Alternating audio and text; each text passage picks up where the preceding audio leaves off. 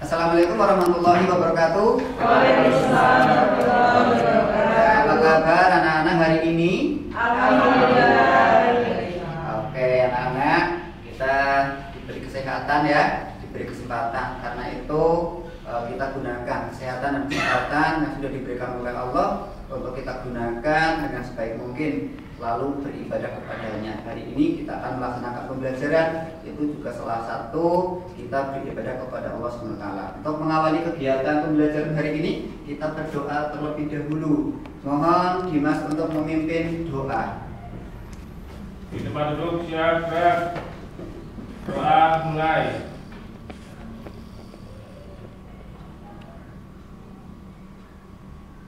Selesai. Selanjutnya saya absen terlebih dahulu. Ari, Ya, Pak. Dewi, Iya, Pak. Agas, Lis. Ini di Kodim KKA kita akan membahas klasifikasi kecerdasan artifisial. Itu tujuannya apa? Maka saya jelaskan dulu tujuan dari pembelajaran hari ini. Tujuannya adalah peserta didik mampu menganalisis faktor ya yang mempengaruhi klasifikasi kecerdasan artifisial pada teach table mesin. Nah, indikatornya apa? Jadi nanti setelah pembelajaran kalian itu dapat menjelaskan ya konsep dasar tentang klasifikasi dalam kecerdasan artifisial. Terus yang kedua, memahami faktor-faktor yang mempengaruhi klasifikasi seperti EPOS, bit rate atau learning rate, terus bit size gitu ya. Terus yang ketiga, nanti kita akan melaksanakan eksperimen mencoba mengaplikasikan teach table mesin itu untuk mengklasifikasikan benda-benda yang ada di sekitar kita. Dan yang terakhir dari klasifikasi itu nanti kita akan analisis ya bagaimana akurasi ya terkait dengan yang ditampilkan oleh ya. Selanjutnya nanti akan saya sampaikan ya bahwa kalian itu bisa menguasai materi yang kita pelajari bersama. Nanti akan saya asesmen. Asesmennya itu ada 3 asesmen. Yang pertama adalah asesmen awal. Ini untuk mengetahui kemampuan awal kalian sebelum mengikuti pembelajaran hari ini. Yang kedua adalah asesmen untuk profil lulusan ya, bernalar kritis. Nanti kalian itu materi-materi yang saya sampaikan barangkali kalian itu ada tanya, ada jawab, atau kalian mungkin bertanya sesuatu yang barangkali kalian belum paham, atau mungkin akan mengkritisi materi-materi yang sudah saya tampilkan, saya berikan. Terus berikutnya penilaian formatif untuk di akhir pembelajaran ini. Nanti ada menggunakan background. Siap? Siap. Teach table mesin tersebut. Oke, materi ini mungkin kita anggap sulit ya. Sebelumnya kita mencoba dulu sebelum kita lanjutkan. Saya akan berikan kalian asesmen awal terlebih dahulu. Ini akan saya kirimkan Google Form untuk dikerjakan ya, supaya saya bisa mengetahui kemampuan awal yang kalian miliki di dalam pemahaman terkait dengan konsep klasifikasi sampai cara menganalisis.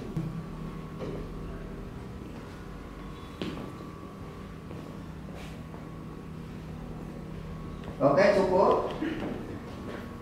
Saya akan bacakan hasil asesmen awal. Yang pertama, nilai anak yang mendapatkan nilai 60 ada 2 orang, 81 orang, terus yang lainnya di bawah 60. Artinya di sini masih ada beberapa di antara kalian yang belum memahami tentang klasifikasi pada faktor-faktor yang mempengaruhi materi ini ya. Oke, agar nanti dalam pembelajaran kalian fokus dan tujuan yang dicapai, kita fokuskan dulu. Coba kita berdiri, kita fokuskan. Kita akan melaksanakan ice breaking ya, terlebih dulu.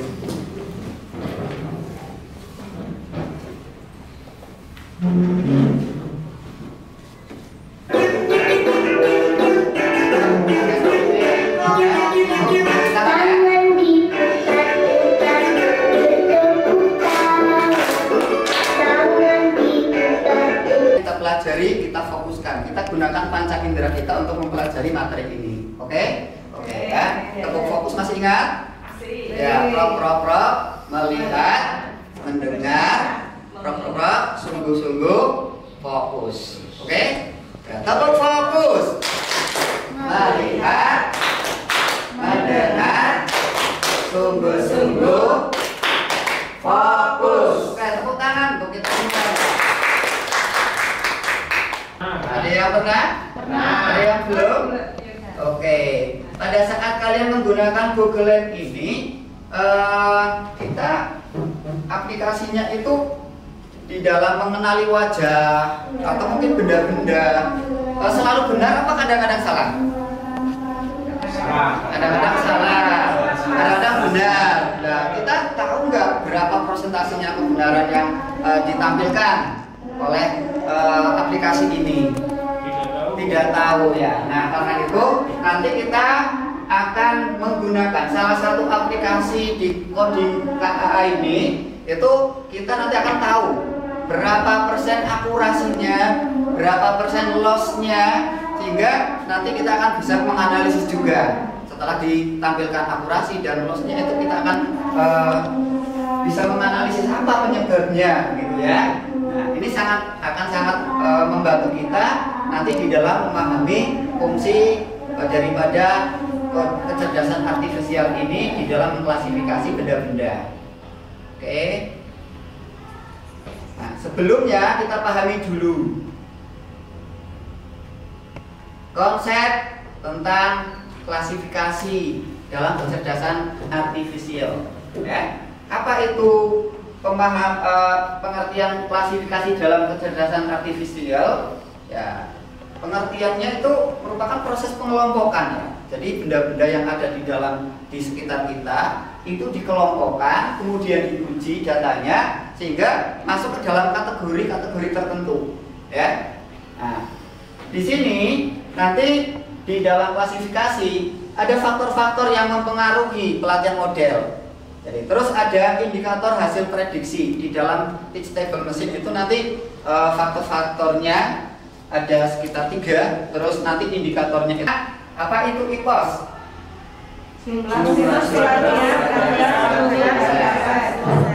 Ya, IPOS itu jumlah siklus pelatihan. Jadi di dalam pelatihan nanti si teach table ini itu ada siklusnya, ya. Nah, siklus ini ada dataset yang dimasukkan. Nanti di dalam pelatihan itu dibuat siklus per siklus, gitu ya. Terus yang kedua itu bit size. Bit size itu adalah data latih yang diproses. Sudah tahu kan sampah itu diklasifikasikan menjadi berapa jenis? Dua. Sampah apa saja? Nah, nanti akan kita coba di dalam aplikasi teach table mesin. Teach table mesin ini akan mengenali sampah organik dan anorganik. Nah, terus di dalam mengklasifikasi ini, si teach table mesin itu punya kecepatan, ya, di dalam langkah memperbaharui bobot atau pada saat proses pelatihan. Nah, mari kita coba, ya. Oh ya, yang kedua ini. Nah, nanti ada indikator hasil prediksinya. Di dalam teach table mesin nanti ada hasil prediksi, yaitu akurasi per IPOS. Akurasi per IPOS itu seperti apa? Itu adalah sebagai persentase data yang diklasifikasikan. Nanti semakin besar presentasinya, itu maka data menunjukkan bahwa misalnya nanti di yang paling besar itu di anorganik, ya misalnya. Maka data ujinya itu menunjukkan bahwa yang ditampilkan itu adalah sebagai sampah anorganik. Sebaliknya, kalau yang besar itu adalah organik, maka data tersebut menunjukkan bahwa data ujinya adalah termasuk sampah organik. Sedangkan yang loss per EPOS itu persentase yang lebih kecil. Nanti ditunjukkan di table mesin. Lebih jelasnya, silakan kalian buka aplikasi teach table mesin, kita praktekkan ya. Silakan di set di Google. Ya. Teach table mesin, teach table mesin. Akun belajar.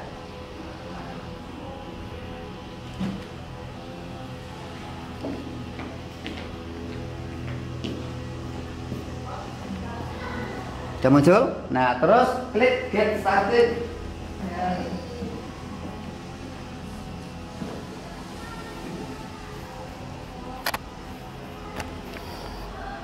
Terus berikutnya klik image project.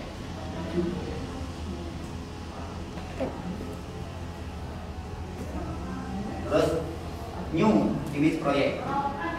Nah, nanti kita akan mengupload datasetnya di sini ya. Kalau hasilnya dari foto atau benda-benda di foto lewat webcam, tapi nanti terlalu lama, berarti kita menyiapkan benda-benda aslinya ya.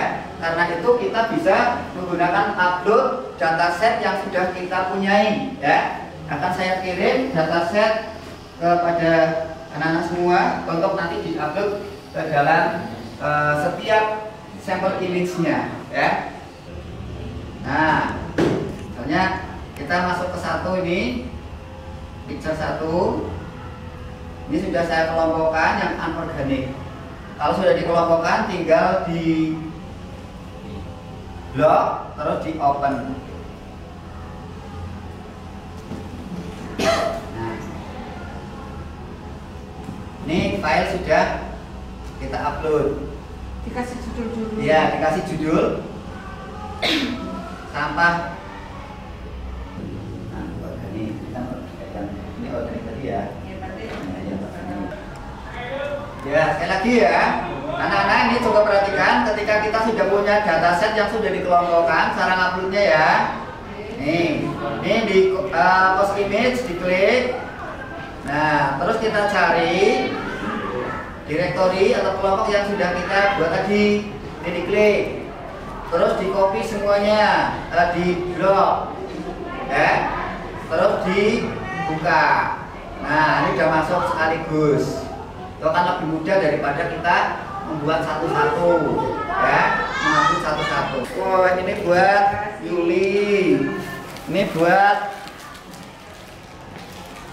tulis. Wah, masih kurang ya, masih kurang 2 berarti ya. Ini buat ya. Terima kasih, Bang. Siap. Air minumnya. Ini sedotannya sudah.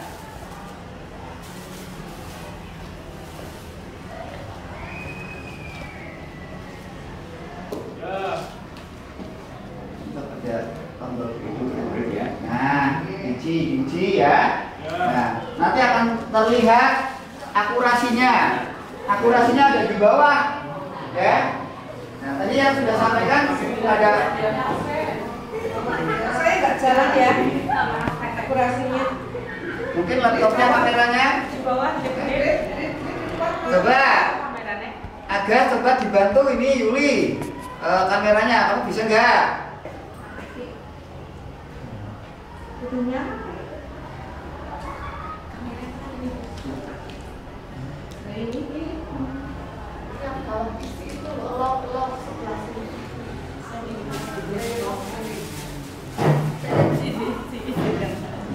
Oh iya.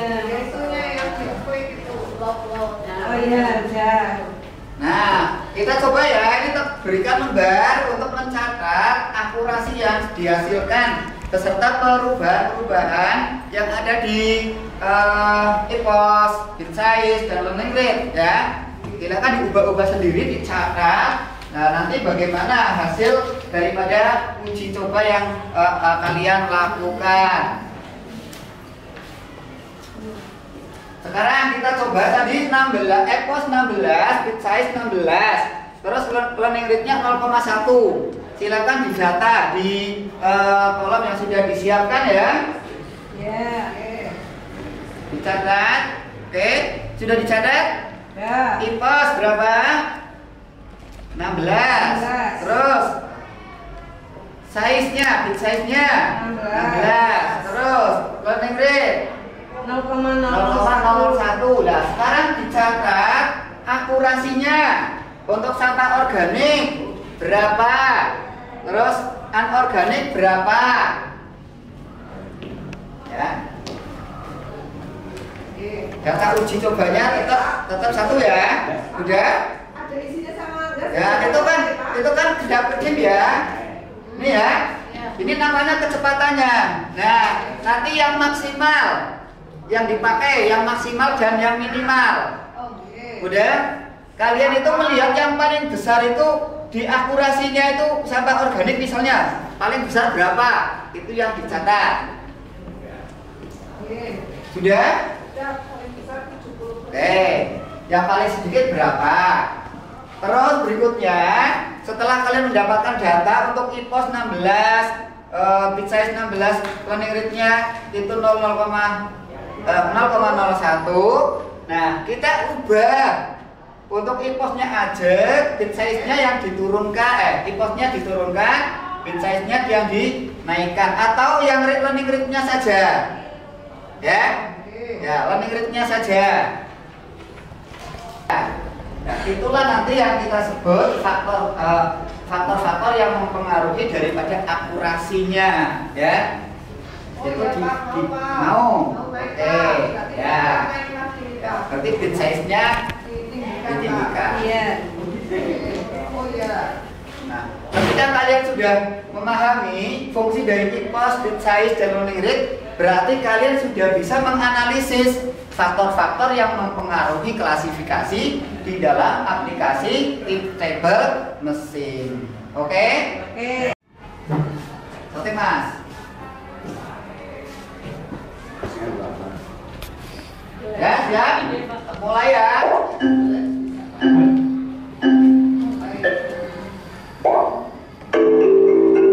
Ada Dewi, ada Selamat. Woi, ada Liz. Silakan dikerjakan kuisnya. Nanti kita lihat skornya. Skor yang tertinggi siapa? Setelah mengikuti pembelajaran hari ini, siapa yang memahami lebih banyak dari materi-materi yang sudah saya sampaikan?